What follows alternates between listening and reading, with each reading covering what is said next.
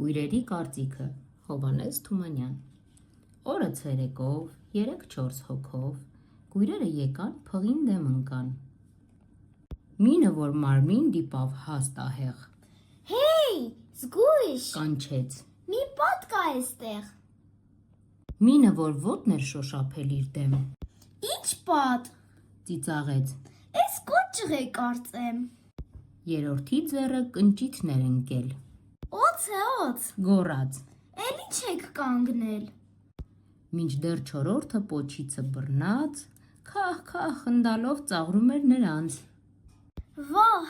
ճիշտ որ կույր եք, չիմացավ ոչ ոք։ Ոչ էս է, ոչ են, այլ կախված մի թոք։ Չէ, պատ է, չէ, կոճղ, չէ,